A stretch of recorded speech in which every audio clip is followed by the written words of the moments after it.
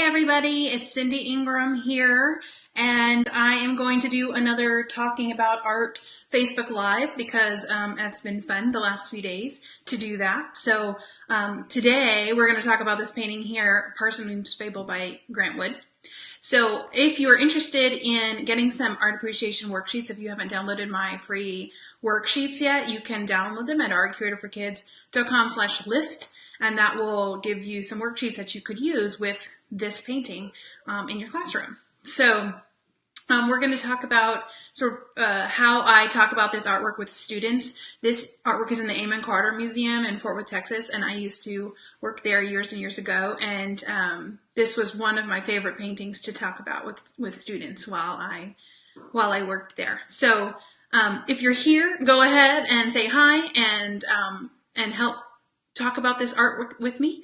Otherwise, I'm just going to talk with myself and pretend that you're here as well. So this is a really good artwork to talk about with students of all ages, especially elementary age. Really get into this artwork, but even older kids do as well.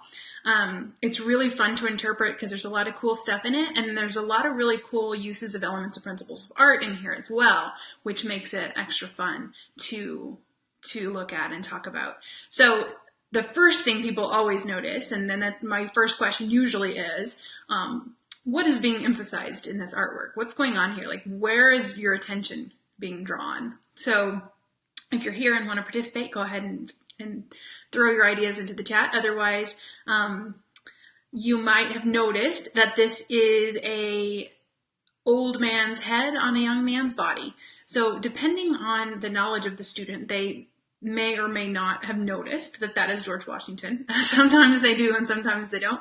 But it is the exact replica of the painting that's on the dollar bill. So they should recognize that from the dollar bill. And it's on this tiny body. And so that just instantly draws your attention and grabs you in and makes you want to know what's going on here. And then we talk about, well, what in the painting is drawing your attention there? So not only is it the old man's face on the young man's body, but there are a lot of things happening in this painting that draw your focus there. And so this is really where you can talk about the elements and principles of art and how they are being used, how the elements of art are being used to create that emphasis. So I want you to look around the painting and think about how the artist uses line. Now, I don't have a pointer on here, and you can't see my mouse, which drives me crazy in these Facebook Lives, but you will, if you start to look at the lines, they all point to George Washington. So the big man in the front, he is pointing directly at George Washington. The older man next to George Washington, also pointing at George Washington with his hand. George Washington is even kind of pointing at himself. So, all the fingers in the painting, most of them are all sort of pointing in that general direction. But there's more than that too. So if you notice, the ladder in the top left of the painting is directly pointing. It kind of lines up with that man's hand along with George Washington's hand. So it's all pointing that way too. The house, the corner of the house, points directly down to that axe. So we're really starting to draw attention to that axe. And then even the little sliver of the tree points up to the axe as well. So there's lines kind of all over this painting that are pointing right in that general direction. I mean, it's very, very overt use of line. Another element of art that is used to create emphasis in this painting is shape. So notice the repetition of a certain shape in there. And I usually don't point it out to students. They figure it out on their own. But notice all of the circles, how they're all over the painting. There's, the circles of the tree, the cherries on the tree, the circle at the bottom of the tree, the circles of the buttons, the circles along the, oops, slammed into my microphone. What is that? Curtain? There you go. And the trees in the background, the buttons on the coat of the man in the red coat, circles everywhere. And that kind of also serves to draw our eye all around the picture. So the artist is sort of guiding our eye around and helping us figure out the meaning through all of these uses of the elements of art. Now, he also uses light in the painting to draw emphasis as well. There is a bright light shining on George Washington, and and notice even there's like dark clouds off in the corner. So the sky is not very bright. And so that, getting into the meaning of it a little bit more later, notice how there's slaves in the back and then there's kind of dark clouds above the slaves. So it's a little bit of a foreboding type of thing there.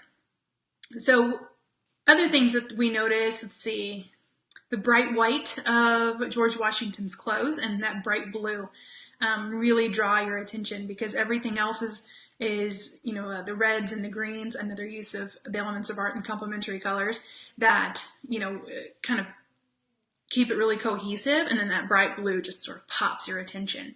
So it's a really strong use of emphasis. And even, the shadow, notice how the shadow points down, and even like the shadow of the man and the shadow of George Washington kind of create this little peak too. And so that's all sort of drawing your attention to George Washington there in the center. So once you've sort of analyzed it in terms of the composition, then you can start getting into the meaning and figuring out, well, what is it about this that, why is the artist emphasizing this specific scene? And then we start to wonder, well, who is the dude standing in the front? Like, why is there a big man there with a curtain? And we might find that obvious as adults, but kids, it takes them a little bit of time to get there. But, they're looking at the guy standing in the front, and they curtain. They think, okay, it could be George Washington's dad. They say it could be his grandpa. Maybe it's him in the future, looking back on his past. They come up with all sorts of different reasons or perspectives for this. But ultimately, that is the narrator of the story. So he is sort of standing at the front telling us this story, and then the story was happening behind the curtain, so it's like a stage. And then that curtain then is the, curtain on the stage. Every time I say the word curtain, I can't say it. Apparently I don't say the word curtain enough in my life. So, and this is that famous story of George Washington chopping down the cherry tree, and he said, "I cannot tell a lie." It's this famous story that shows George Washington's character and his honesty. And then when we start to look at this, and sometimes the kids know the story, sometimes they don't. It kind of depends. A lot of them surprisingly didn't know the story, but it's been a really long time since I taught this painting to little kids. So I worked there in like 2004, I think. So I don't know how kids would know it now, but what was I going with that? Oh yeah, and everyone thinks that's a true story. So hi Monica, someone said something, yay. Okay, everyone thinks it's a true story, but it really is not a true story. It's a fable. It was written by a man named Parson Weems, and he wrote stories of George Washington, and he created this story as a way to show George Washington's honesty. And so that's the guy in the front there, the narrator, that's Parson Weems, and here he is telling the story that he has created. And so that putting him up in the front like that shows that creation of the story. And it's called Parson Weems' Fable. So if I would give away the title, which I think I did already in the description of the video, you learn that it's not it's a fable. It's not true. And so then you can talk about, well, why did they create that story about George Washington, and that sort of thing.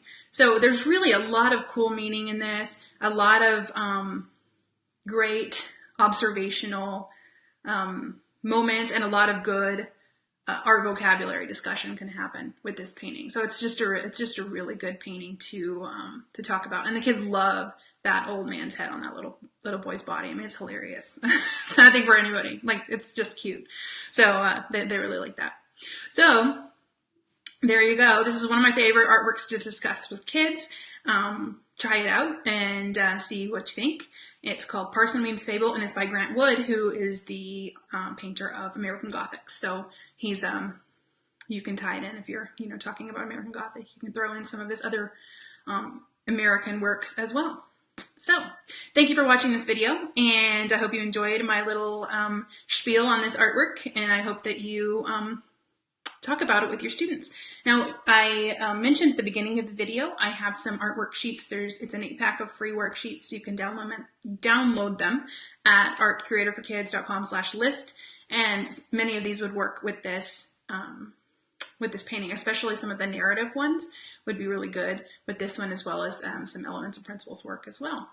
So enjoy that. And if you are interested in more art learning and art lessons, my resource library for art teachers is now open for enrollment, and you can join at artcuratorforkids.com/join, and it's open until August 15th. So if you're interested in getting more resources for your classroom, videos, trainings, PowerPoints, lessons, quizzes, tests, worksheets, all of those things, videos. Did I say videos? I don't know if I said videos, but those are all available in the resource library for one monthly fee or a yearly fee if you want to get a couple months free. So thank you very much for watching. And I will be back here to talk about more art later. Thank you very much.